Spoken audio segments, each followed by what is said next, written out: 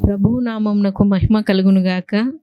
ప్రభునందు ప్రియమైన వాళ్ళారా, ఈ సాయంకాల సమయంలో దేవాది దేవుడు చక్కటి సమయాన్ని మనకు అనుగ్రహించి ఆయన పాదముల చెంత చేరి ఆయన అమూల్యమైన మాటలను ధ్యానించుటకు మనల్ని అందరినీ ఆయన సన్నిధానానికి నడిపించిన విధానాన్ని బట్టి దేవాది దేవునికి ఎంతగానో మనము కృతజ్ఞతలు చెల్లించవలసిన వారమై ఉన్నాం. అలాగే చేరొచ్చిన మీకందరికీ ప్రభువైన యేసుక్రీస్తు నామంలో శుభాభివందనములు. ప్రతిదినము ఒక చక్కటి మాటలు ధ్యానిస్తూ వాక్యం ద్వారా మన బలహీనతలన్నింటినీ తీసివేసుకుంటూ ఎప్పుడు బలహీనంలో అవుతామో అప్పుడు దేవుడు వాక్యం చేత మనల్ని అందరినీ బలపరిచి ఆయన నామం పైన ఇంకా ఎక్కువగా ఆధారపడి జీవించాలని ఆశతో మనల్ని అందరినీ చక్కగా పురిగొల్పుతున్నాడు ప్రతి వాక్యం ద్వారా కదండి. మనలో ఉన్న ఏదైనా బాధ వచ్చినప్పుడు ఎవరిదో ఒకరి ద్వారా దేవుని వాక్యాన్ని తెలియచేసి మన దుఃఖాన్ని తీసివేసేవాడుగా ఉన్నాడు మన దేవుడు. అలాంటి మంచి దేవుని సన్నిధానానికి వచ్చిన మనం అందరము దేవుణ్ణి నిండు మనసుతో ఎల్లప్పుడూ స్తుతించవలసిన వారమై ఉన్నాం. మంచిది ప్రియమైన వాళ్ళరా, ఈ దినకాలము దేవాది దేవుడు మనతో మాట్లాడబోతున్న అంశ భాగం ఏదనగా, విశ్వాసులమైన మనము జయించవలసిన శత్రువులు ఏవి? విశ్వాసులమైన మనము జయించవలసిన శత్రువులు ఏవి? మాకేం శత్రువులు ఉన్నారండి? మేము ఎవరి జోలికి వెళ్ళాం కదా, ఎవరితో గొడవ పడము, మా బ్రతికేదో మేము బ్రతుకుతున్నాము, మా తిండి ఏదో మేము తింటున్నాము, ఎవరి జోలికి వెళ్ళము, ఎవరి ఉద్దేశాలు మాకు కావటవు అని మనం అనుకుంటుంటాం. ఇది లోకపరమైంది.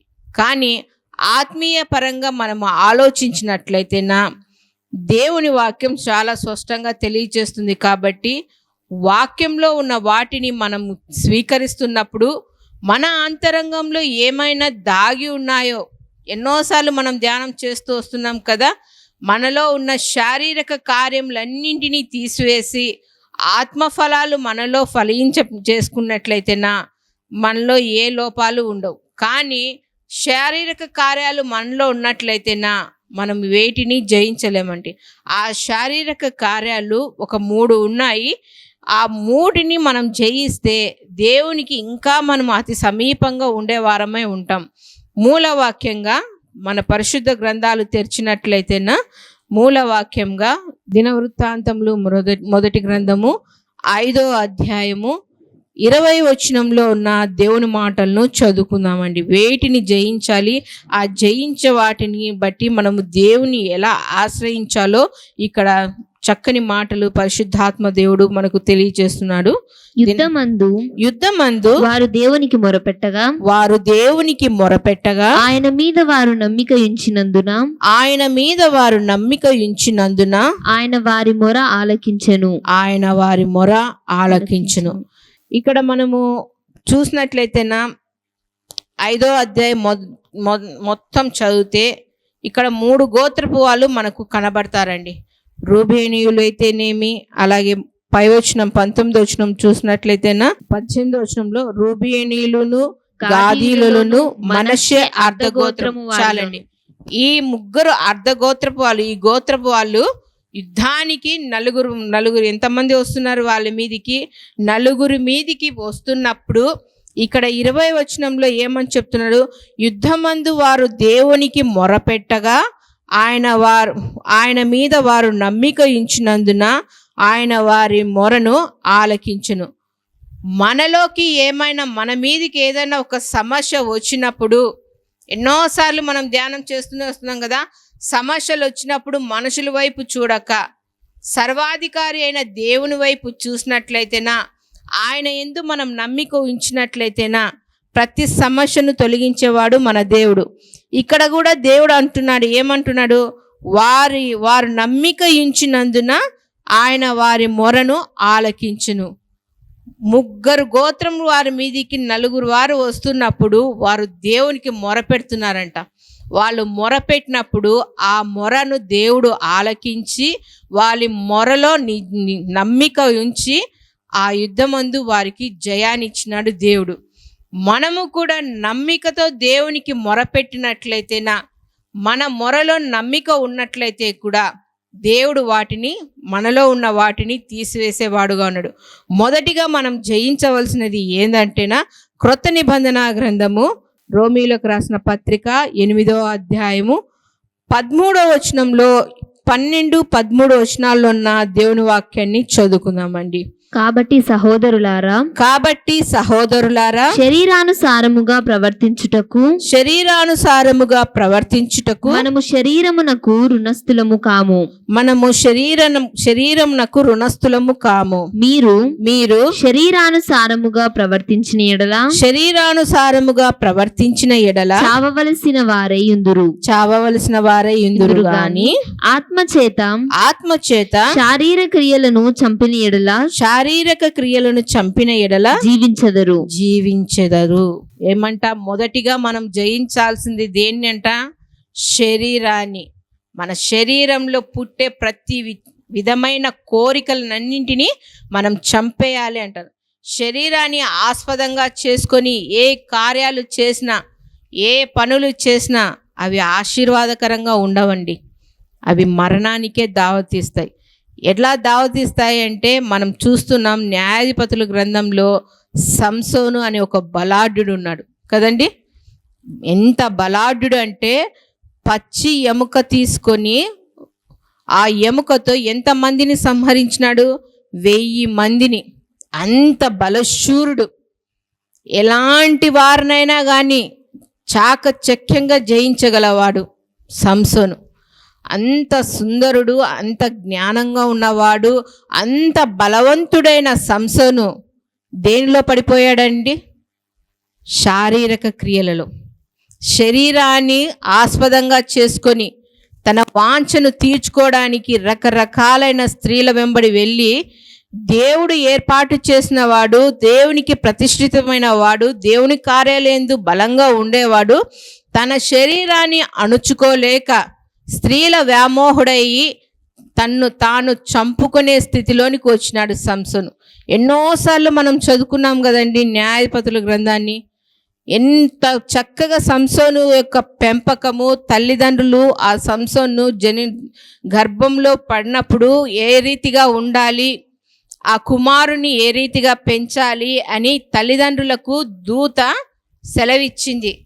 వాని తల మీదికి మంగళకత్తి రానియకండి, వీడు దేవునికి ప్రతిష్ఠితుడు, దేవుని కార్యాలు జరిగించేవాడు అని చక్కగా, అమ్మా నువ్వు కుమారుని కంటావు కాబట్టి ఇదిగో నువ్వు మద్యమైన, ద్రాక్షారసమైన, ఏ విధమైనగా వాటిని కానీ ఏవి కూడా నువ్వు భోజనం చేయవద్దు, తాగొద్దు, చాలా పరిశుద్ధంగా పవిత్రాలుగా ఉండాలని దేవుడు అనేక సూచనలు భార్యాభర్తలకు ఇచ్చినప్పుడు వారు అదే రీతిగా ఉండి ఒక కుమారుని కని అతనికి సంసోన్ అని పేరు పెడితే, దేవుని కార్యాలేమో జరిగిస్తున్నాడు బలంగా, కానీ దేవునికి ఇష్టం లేని కార్యాలు కూడా జరిగిస్తున్నాడు. నేటి సమాజంలో చూస్తున్నామండి. ఎందుకు హత్యలు ఎక్కువ అవుతున్నాయి? ఎందుకు ఆత్మహత్యలు ఎక్కువ అవుతున్నాయి? కుటుంబాలలో ఎందుకు గొడవలు వస్తున్నాయి? మరి ముఖ్యంగా భార్యాభర్తలకే ఎందుకు వస్తున్నాయి? భార్య బాధ్యత చక్కగా నిర్వర్తించడం లేకపోవడం. అంటే భర్తను గౌరవించక, ఇప్పుడు వచ్చినాయి కదా ఫోన్లన్నీ, పాపము అరచేతిలోనికే వచ్చింది. రకరకాల వాటిని చూసి భర్తకు ఇవ్వాల్సిన ఆనందాన్ని భర్తకి ఇవ్వక పరాయి వాళ్ళ మోజులో పడిపోయి భార్య ఇలా వెళ్ళిపోతే భర్త నేనేం తక్కువైనానని భర్త ఇంకొకరి వైపు తిరిగేవారుగా ఉన్నారు. ఇలా కుటుంబాలలో భర్తకు భార్య వేరే, భార్య భర్తకు వేరే, ఇతరుల వ్యామోహంలో పడి వాళ్ళ సంసారాలు నాశనం అవుతూనే ఉన్నాయి. ఎన్నో వింటున్నాం ప్రతిరోజు వార్తలలో. వివాహేతర సంబంధం కారణంగా భార్య చనిపోయింది, భార్యని గొడ్డలతో నరికినాడు, భర్తను నరికింది. ఎన్ని వార్తలు వింటున్నాం. అంటే శరీరాన్ని అదుపులోకి చేసుకున్నాం. మనం ఎప్పుడైతే శరీరాన్ని జయిస్తామో, శరీరంలో జరుగుతున్న వాటిని అన్నింటినీ తీసివేస్తామో, అప్పుడు దేవుడు మన మొరని ఆలకించేవాడుగా ఉన్నాడు. అదే కదా గల్తీ 5వ అధ్యాయము 19, 20 వచనాల్లో అంటే ఆత్మకార్యాలు, శరీర కార్యాలు తొలగించాలి, ఆత్మకార్యాలు జరిగించాలి. ఇలా శరీర కార్యాలలో సంసోను పతనమైతే ఇంకొకరు పతనమైనారు. పతనం కాక ముందుగానే దేవుని సన్నిధానంలో మొరపెట్టుకున్నారు. ఎవరు? దావీదు గారు కదండి. యుద్ధం మోపుగా జరుగుతుంది. యుద్ధానికి వెళ్ళాల్సిన దావీదు గారు మేడ పైన పడుకొని సాయంకాల సమయంలో చుట్టూ తిరుగుతున్నప్పుడు పాపపు చూపు పడింది. పాపం చేశాడు.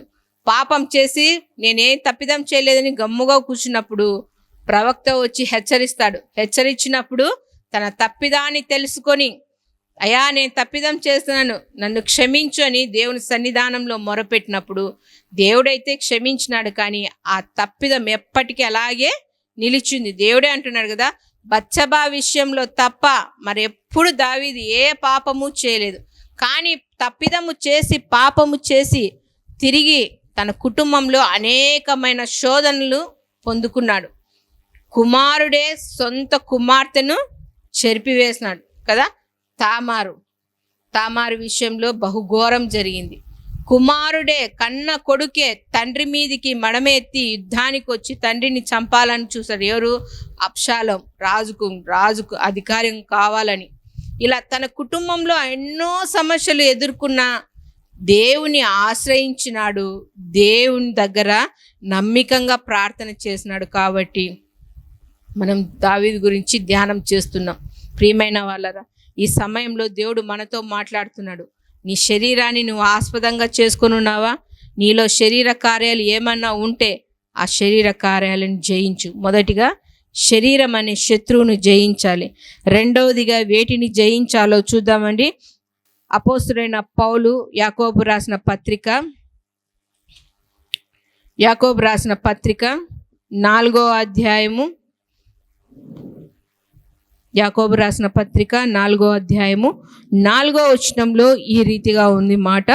వ్యభిచారిణులారా ఈ లోక స్నేహము దేవునితో వైరమని మీరెరుగరా?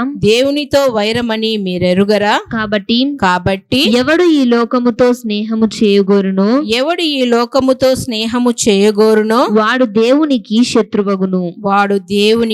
శత్రువగును. మొదటిగా జయించాల్సింది శరీరాన్ని, రెండోదిగా జయించాల్సింది ఏమంట? లోకంలో ఉన్న వాటినైనను మన దగ్గరికి రాకూడదని. అదే అంటున్నాడు యాకోబు గారు. ఈ లోక స్నేహము దేవునితో వైరమని మీరెరుగరా?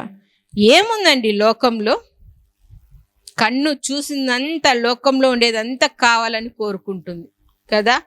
ఎవరో లోకం వైపు చూసినారంటే పాత నిబంధన గ్రంథంలోనే చూసినట్లయితేనా నయోమి కదండి.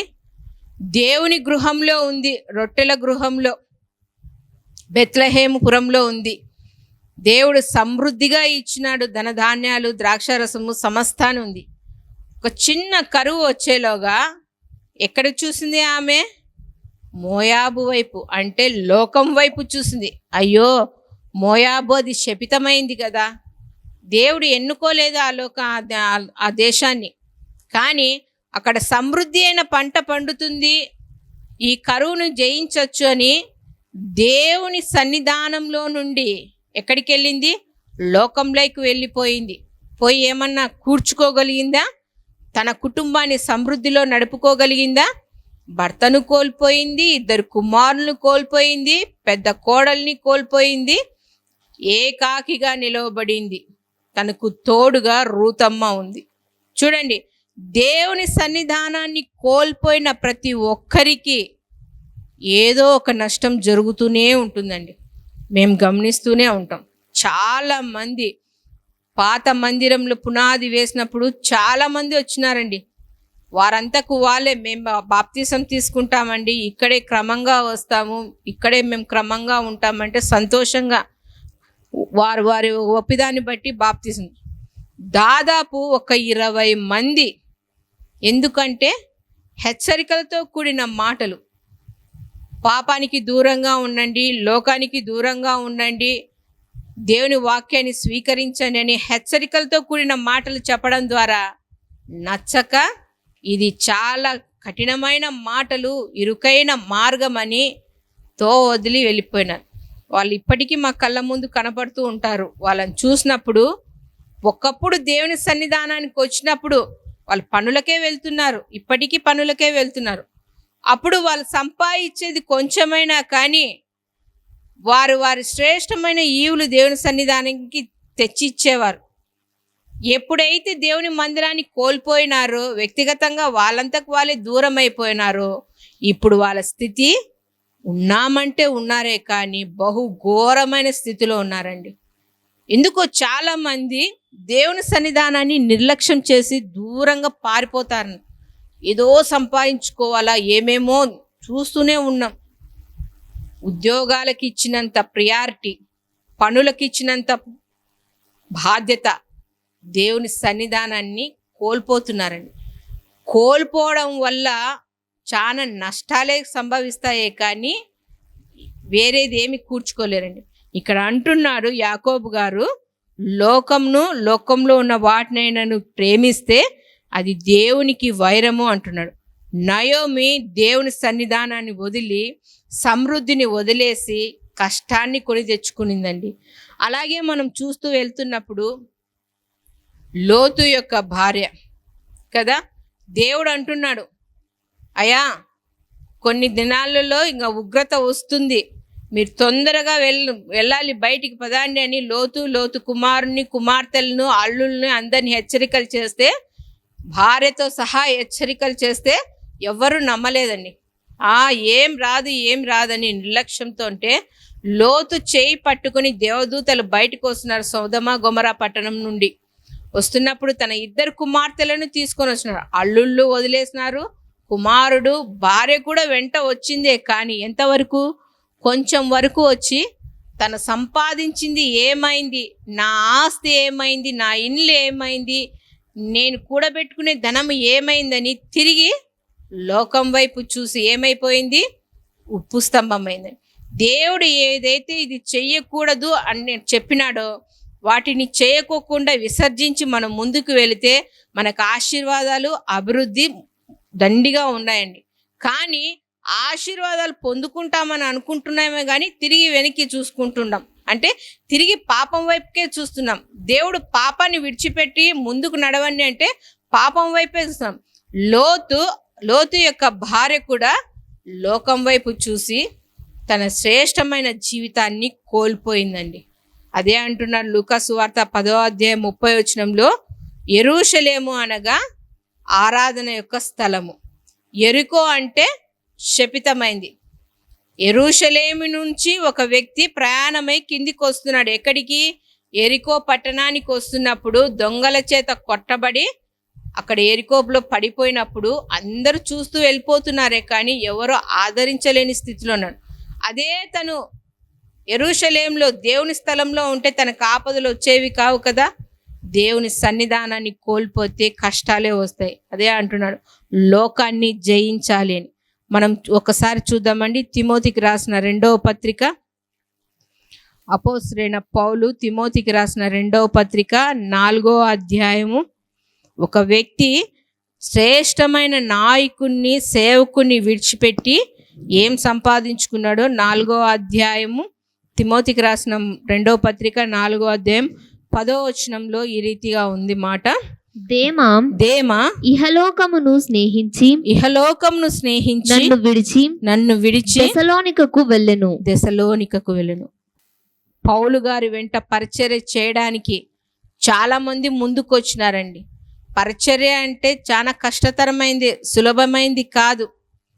ఎన్నో ఇబ్బందులు, ఎన్నో కష్టాలు పౌలు గారి యొక్క జీవితంలో మనం కొరింథీయులకు రాసిన 2వ పత్రికలో చదివితే తన పరిచర్య అంత కష్టతరంగానే సాగుతూ వెళ్ళింది. ఉపవాసాలు ఉన్నాడు, జాగారాలు ఉన్నాడు, అన్నం తినలేని స్థితిలో ఉన్నాడు. అంటే అక్కడ పెట్టే వాళ్ళు ఎవరూ లేరు. ఓడ ప్రయాణాలలో దెబ్బల చేత ఎన్నో హింసలు, ఇబ్బందులు అన్నీ ఎదుర్కొంటూ వస్తున్నాడు పరిచర్య చేసుకుంటూ.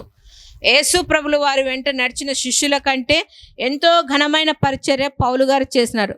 అలాంటి పౌలు గారి వెంట నడవడానికి అయ్యో పౌలుతో ద్వారా వెళ్తే ఎప్పుడు ఏదో ఒక ఇబ్బందే, ఏదో ఒక నష్టమే, ఏదో ఒక కష్టమే, కడుపు నిండా ఆహారం ఉండదు, ఎప్పుడూ ఉపవాసాలు ఉండాలా, జాగారాలు ఉండాలా, వాక్యమే అంటూ ఉంటాడు. కాబట్టి పౌలు గారితో ఎందుకు వెళ్ళాలని దేమా అనే అతను ఇహలోకంను స్నేహించి నన్ను విడిచి, దేవుణ్ణి విడిచిపెట్టి లోకాన్ని ప్రేమిస్తే నష్టాలే జరుగుతాయండి. దేవుడు అంటున్నాడు, మొదటిగా మనం జయించాల్సింది శరీరాన్ని జయించాలి, రెండవదిగా లోకాన్ని జయించాలి, చివరిగా వేటిని జయించాలో చూద్దామండి. పేతురు రాసిన మొదటి పత్రిక 5వ అధ్యాయము 8వ వచనంలో దేవుని మాట చాలా స్పష్టంగా తెలియజేస్తుందండి.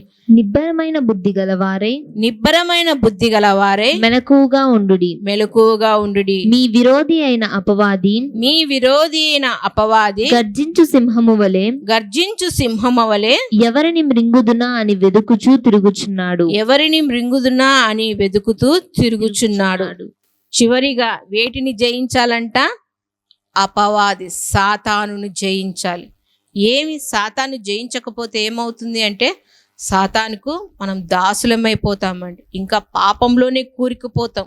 మన పాపంలను విడిపించడానికి, పాప యూబిలో నుంచి మనల్ని లేపడానికి, పైకి తీసుకురావడానికి ఆ మహాలోకాన్ని విడిచిపెట్టి, దేవాది దేవుని యొక్క కుడిపాశాన్ని విడిచిపెట్టి దేవుడు అంటున్నాడు, అయ్యా భూలోకమంతా చెడిపోయింది, నా మాటలు స్వీకరించే వాళ్ళు ఎవరూ లేరు, ఇష్టానుసారంగా జీవిస్తున్నారు, వాళ్ళకి హెచ్చరిక చేయాలి. ఎవరు వెళ్తారా అంటే తన ఏకైక కుమారుని యేసు ప్రభులు వారు నేను వస్తానని చెప్పి, నేను వెళ్తానని చెప్పి ఈ లోకానికి వచ్చినాడు.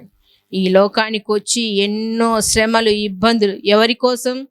మన కోసం. అంటే మన దగ్గరగా, మన సమీపంగా ఉంటూ తిరుగుతున్న అపవాది చేతిలోనికి మనం వెళ్ళకోకుండా ఉండడానికి ఆయన మన కోసం ఈ లోకానికి వచ్చి తన రక్తాన్ని చిందించి తన బిడ్డలుగా, తన రాజ్యపు వారసులుగా మనల్ని ఎన్నుకున్నాడు. కాబట్టి ఆయన సొత్తులుగా మనం ఉన్నాం. కాబట్టి అపవాది యొక్క క్రియలను మనము జయించాలి. మనం చూసినట్లయితేనా యోబుకు అనేకమైన శోధనలు వచ్చినాయి కదండి. దేవుని ఎడల న్యాయంగా ఉన్నాడు, యథార్థంగా ఉన్నాడు, చెడుతనాన్ని విసర్జించినాడు. అంత ప్రత్యేకమైన వ్యక్తి ఆ దేశంలో ఇంకొకరు లేరు. సూర్యోదయమే లేచి తన కుమారులు కుమార్తెలకు పట్ల దేవునికి బలి అర్పిస్తూ వచ్చినాడు, ధూపం వేస్తూ వస్తున్నాడు. అంటే ప్రార్థన చేస్తున్నాడు. ఎక్కడైనా కానీ నా కుమారులు, నా బిడ్డలు తమకు కలిగి ఉన్న వాటిని బట్టి, ఆస్తిని బట్టి, అంతస్తుని బట్టి, తమకు ఉన్న వాటిని అన్నింటిని బట్టి ఎక్కడన్నా గర్వించి దేవుని దూషిస్తారో ఏమో, దూషించినారో ఏమో, దేవుని ఉగ్రత నా కుటుంబంపైకి, నా బిడ్డలపైకి రాకోకుండా ఉండడానికి దేవునికి అరుణోదయమే ప్రార్థన చేస్తూ వస్తుండేవాడు. అంత భక్తిపరుడైన యోబుకే అపవాది ఏం చేసినాడు? శోధనలు రప్పించినాడు. ఒక్క దినానే తన ఆస్తిని కోల్పోయినాడు, తన సమస్తాన్ని కోల్పోయినాడు, తన గర్భవాసన పుట్టిన బిడ్డలనంది సమస్తాన్ని కోల్పోయినప్పటికీ దేవుని యొక్క కవచాల కింద భద్రపరిచి ఉన్నాడు. మనము కూడా అపవాది వేసే ప్రతి బాణాల నుంచి మనం తప్పించబడాలి అంటే దేవుని యొక్క కృపాహస్తాల క్రింద మనము దాచబడి ఉండాలంట. ఎలా దాచబడి ఉండాలి అంటే ఒక్క వాక్యం చెప్పి నేను ముగిస్తానండి. ఎఫ్ఎస్సిలోకి రాసిన పత్రిక, అపోస్తలుడైన పౌలు ఎఫ్ఎస్సిలోకి రాసిన పత్రిక 6వ అధ్యాయము. ఇవి మనం ధరించుకున్నట్లయితేనా అపవాది యొక్క క్రియలన్నింటినీ మనము లయపరిచే వాళ్ళంగా ఉంటాం. 6వ అధ్యాయము 14వ వచనంలో ఉన్న దేవుని యొక్క మాటలు ఈ రీతిగా ఉన్నాయి. ఎలాగనగా మీ నడుమునకు సత్యమును 13 నుంచి చదువుదామండి. అందుచేతను మీరు ఆపద్దినమందు వారిని ఎదురించుటకును సమస్తమును నెరవేర్చిన వారే నిలవబడుటకును శక్తిమంతులగునట్లు దేవుడిచ్చు సర్వాంగ కవచమును ధరించుకొనుడి. ఎలాగనగా మీ నడుమునకు సత్యమును దట్టి కట్టుకొని నీతియను మైమరుపు తొడుగుకొని పాదములకు సమాధాన సువార్త వలనైన సిద్ధ మనసును జోడుగా తొడుగుకొని నిలవబడి. ఇవంట ఏముండాలంట? దేవుడిచ్చు సర్వాంగ కవచమును ధరించుకొని, నడుమునకు సత్యమను దట్టిని కట్టుకొని, నీతియను మైమరుపును తొడుకొని, పాదములకు సమాధానము సువార్త వలనైన సిద్ధ మనసు జోడులుగా కట్టుకొని మనం నిలబడితే దేవుడిచ్చే సర్వాంగ కవచం ద్వారా 10వ వచనం కానుంచి ఈ 6వ అధ్యాయం 10వ వచనం కానుంచి 18 వచనాల్లో ఇవన్నీ దేవుడు సాతాన్ని ఎదిరించడానికి మనకిచ్చిన శ్రేష్టమైన ఆయుధాలండి.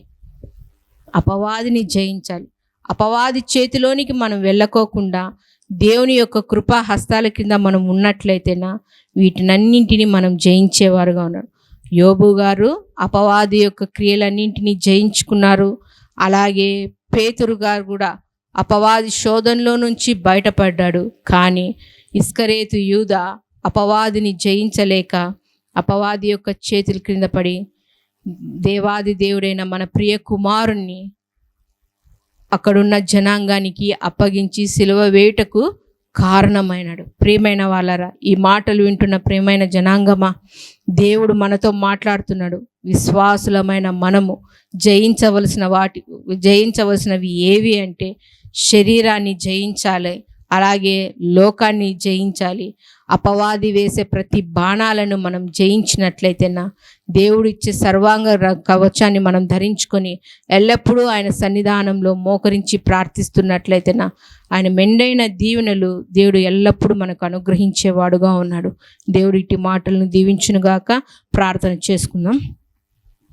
మహాగణుడు అయిన మా ప్రియా పరలోకపు తండ్రి, మీ పరిశుద్ధమైన నామమునకు స్తోత్రములు చెల్లించుకుంటున్నాం దేవా.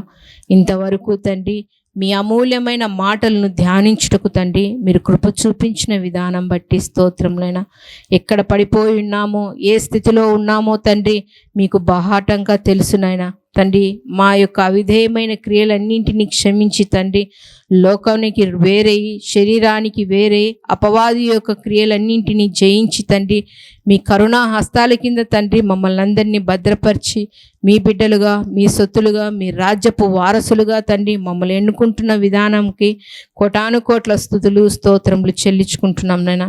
వింటున్న మీ మాటలను తండ్రి ఏ ఒక్కరూ తండ్రి వ్యర్థంగా వినక దేవా వారి హృదయంలో పదిలపరుచుకొని మీ వాక్యానుసారంగా జీవించే గొప్ప భాగ్యాన్ని మీ బిడ్డలకు అందరికీ అనుగ్రహించమని వేడుకుంటున్నాం నాయనా. అవును తండ్రి, అపవాది వచ్చి తండ్రి మీ మాటలను ఎత్తుకొని వెళ్ళక తండ్రి అపవాది యొక్క ప్రతిక్రియలన్నింటినీ లయపరచండి నైనా. మీ వాక్యానుసారంగా జీవించే మనసును బ్రతుకును ఎల్లప్పుడూ మాకు అనుగ్రహించమని వేడుకుంటున్నాం నైనా. ప్రతి బిడ్డలను మీ కృపా హస్తాలకు అప్పగించుకుంటున్నాం తండ్రి. ప్రతి బిడ్డలను తండ్రి మీరు నిండాలుగా ఆశీర్వదించండి నైనా. అనారోగ్యం చేత బాధపడుతున్న బిడ్డలు ఎవరైనా ఉన్నట్లయితే తండ్రి వారిని స్వస్థపరచండి తండ్రి. సమస్యల చేత, ఇబ్బందుల చేత తండ్రి నాదా సహాయం చేయనైనా అని మొరపెడుచున్నారో తండ్రి ఆ మొరను మీరు ఆలకించి సమాధానంతో తండ్రి మీ బిడ్డలను నింపమని వేడుకుంటున్నాం నాయన. దేవా తండ్రి సమయం కొంచెంగా ఉందని గ్రహించి తండ్రి సాతాను అందరి వైపు కలిగి తిరుగుతుండగా తండ్రి సాతాని యొక్క కృతంత్రాలకు ఏ బిడ్డలు తండ్రి లోబడక తండ్రి సాతాన్ని జయించుటకు కావలసిన కృపా జ్ఞానాన్ని తండ్రి మీ బిడ్డలకు అనుగ్రహించమని వేడుకుంటున్నాం నాయన. తండ్రి బలహీనులను బలపరచండి నాయన. కృంగిన వారిని లేవనెత్తండి తండ్రి. ధైర్యం చెడిన వారిని ధైర్యపరచండి తండ్రి. ప్రతి ఒక్కరిని తండ్రి వాక్యం అనే వెలుగులో తండ్రి పయనించుటకు తండ్రి సహాయం చేయమని ప్రార్థిస్తూ ప్రతి బిడ్డలకు తండ్రి మారు మనసును అనుగ్రహించి మీ శ్రేష్టమైన రక్షణ వస్త్రాన్ని తండ్రి మీ బిడ్డలకు అనుగ్రహించి తండ్రి మీ సన్నిధానంలో మోకరించి ఎల్లప్పుడూ మిమ్మల్ని ఘనపరిచే బిడ్డలుగా, ఆరాధించే బిడ్డలుగా తండ్రి కొనియాడే బిడ్డలుగా ఉండుటకు తండ్రి కృప చూపించమని వేడుకుంటూ ఈ దినకాలపు మెండైన దీవెనలతో మమ్మల్ని నింపినందుకే లెక్కింపలేని స్తుతులు స్తోత్రములు చెల్లించుకుంటూ మాకు రక్షకుడు ప్రాణ విమోచకుడు అయిన నజరేయుడైన యేసుక్రీస్తు నామంలో ప్రార్థించి వేడుకొనుచున్నాము తండ్రి. ఆమేన్. మా చిరునామా దైవజనులు బ్రదర్ ఓ రూబేన్ గారు, క్రీస్తు ప్రార్థనా మందిరం, డోర్ నెంబర్ 1-10-386, నగరిగుట్ట, పులివెందుల, కడప జిల్లా. మీ ప్రార్థన అవసరాల కొరకై సెల్ నంబర్ 9989067409.